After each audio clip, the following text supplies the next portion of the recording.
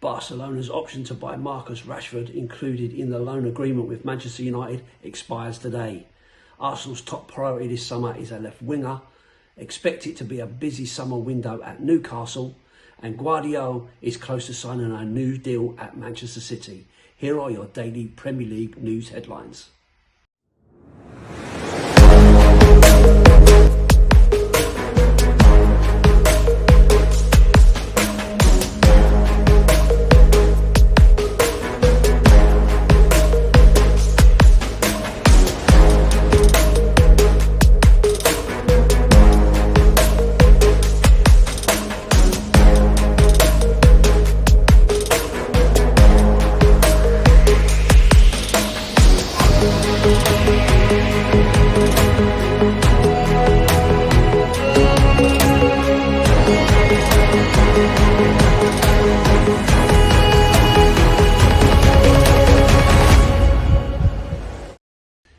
Hi everyone, hope you're well. Welcome back to the channel and to another edition of the daily Premier League news headlines, where I'll be going through all the latest news, rumours and reports.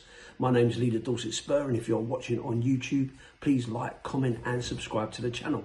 If you're listening on audio platform, please do hit that follow button and leave a review if you can. Okay, so let's get into it. Here's the main stories today. Barcelona's option to buy Marcus Rashford, included in the loan agreement with Manchester United, expires today. It's not a surprise that Barcelona have let this £26 million option run down. The Spanish champions, who spent £69 million on Rashford's teammate Anthony Gordon, have been unwilling to pay that previously agreed price for the winger. However, Barcelona are still potentially open to doing another loan deal for Rashford, who scored 14 goals and registered 14 assists across all competitions for the Catalonian club last season. Barcelona's position on Rashford could change depending on their pursuit of primary forward target Julian Alvarez, as they look to replace the departed Robert Lewandowski. If a deal cannot be agreed with Barcelona, there is confidence at United that Rashford could be sold for a higher fee elsewhere, especially if he impresses in this summer's World Cup for England. If an agreement for Rashford's departure is not reached after the World Cup, Rashford will return to Carrington, but expectations are that we still have seen the last of Rashford in a Manchester United shirt. Sources have told Sky Sports News that both the player, his representatives and the club will continue to work on securing a permanent move away from Old Trafford. One of Arsenal's top priorities this summer is signing a left winger. They have been stepping up their interest in Aston Villa's Morgan Rogers, although his future will not be determined until after the World Cup with England. Arsenal like Anthony Gordon, but were content to see him go to Barcelona, and while the ideal candidate, Vatishalia, not easy to say, is expected to remain at Paris Saint-Germain. Sky Sports News understand Arsenal have watched his clubmate Bradley Barcola, who faces an uncertain future this summer, and Jan Diomande at RB Leipzig, as well as Eintracht Frankfurt's Jan Mateo Bahoya. They are also on the admirers of Bournemouth forward Junior Krupi. Man United have already moved swiftly to secure the transfer Ederson from Atalanta to kick off their midfield rebuild. His late call-up for Brazil's World Cup squad is the only thing delaying confirmation of that deal going through, with the player still needing to do a medical. United want to sign at least two midfielders, and the next target appears to be Matheus Fernandes of West Ham. An offer is being prepared for the player, who is free to compete any deal because he was overlooked for Portugal's World Cup squad.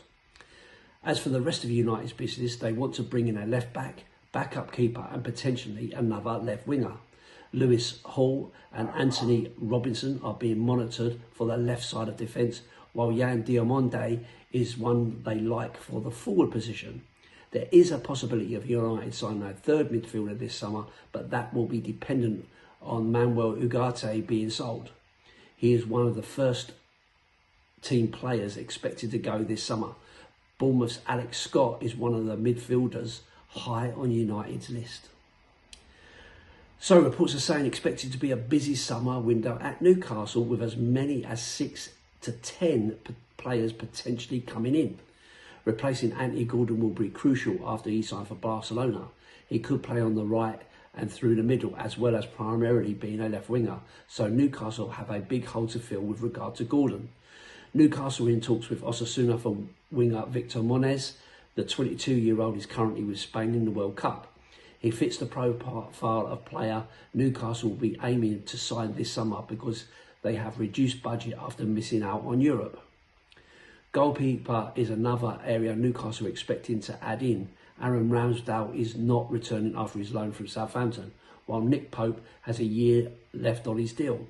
20-year-old keeper Ewan Yowen was signed from Reims earlier this month, but he is seen as one for the future. James Trafford remains a top target for Newcastle heading into this window after they missed out on him last summer.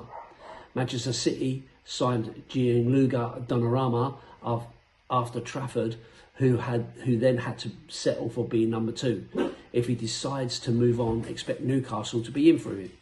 Kieran Trippier's exit means right back will be an area of focus, while Newcastle are also keen to add a striker this summer. And finally, Guardiola is close to signing a new Manchester City deal that will run until 2031. The defender has been subject of interest for a number of European giants, including Real Madrid, Barcelona and Bayern Munich. But the 24-year-old is on the verge of extending his commitment to City by penning a new and improved long-term contract. Guardiola joined City from RB Leipzig in 2023 in a deal worth £77.6 million and signed a 5-year agreement until 2028.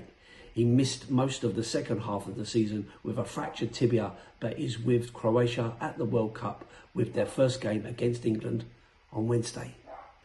So, my thoughts on some of these stories, and firstly, apologies for the terrible pronunciations of some of these names, even though I've Googled them and tried to work out, as I say, these teeth and these lips are not working very well. But just picking up on an easy one in terms of Marcus Rashford, it's a real surprise to me that Marcus Rashford is not getting picked up anywhere.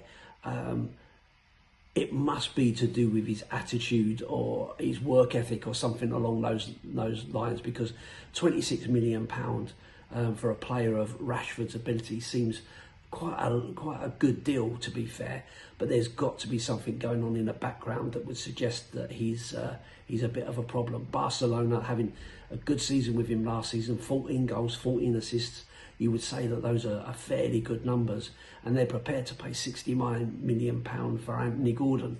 So you think to yourself, there's got to be something else going on there. So really surprised that there's not lots of clubs coming in for him. I know he's been linked around a little bit.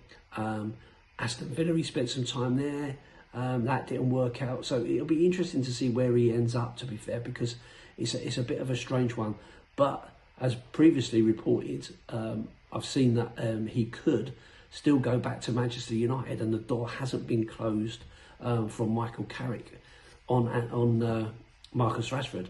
So I think he has burnt his bridges there, but he may well need to look at his wages if that's something that's keeping people away. Because something like, £300,000 a week, which is absolutely crazy. Newcastle United looking at a massive rebuild. I think most teams are looking at a big rebuild at the moment. Manchester United are splashing the cash and looking like they're buying several players. Newcastle looks like they're doing the same as well. A big hole left by Anthony Gordon. So it is interesting to see whether they really do get out there and spend that sort of money. Like Spurs, they don't have Europe next season, so reduced funds to work with. But it looks like they need to do some work, and they are getting into it. Expected to sign between 6 to 10 players. It's a big ask. Now, not all of those are going to be first team players, obviously, but it looks like it's not just Spurs that are doing a big rebuild. Arsenal as well, trying to get a few players in. So it'll be interesting summer this summer with lots of teams applying to get younger players in to rebuild those squads for now and for later on. So yeah, interesting times ahead. Anyway, that's it for today. Thanks for watching and listening. I hope you enjoyed it despite the pronunciation issues. If you're watching on YouTube, please like, comment and subscribe to the channel. If you're listening on an audio platform, please do hit that follow button and leave a review if you can. I'm Lee The Dorset Spur. I do have my own channel. If you'd like to come across and say hi there, I'd be more than grateful of having you. And as always, I'll see you on the next one, and up the Spurs.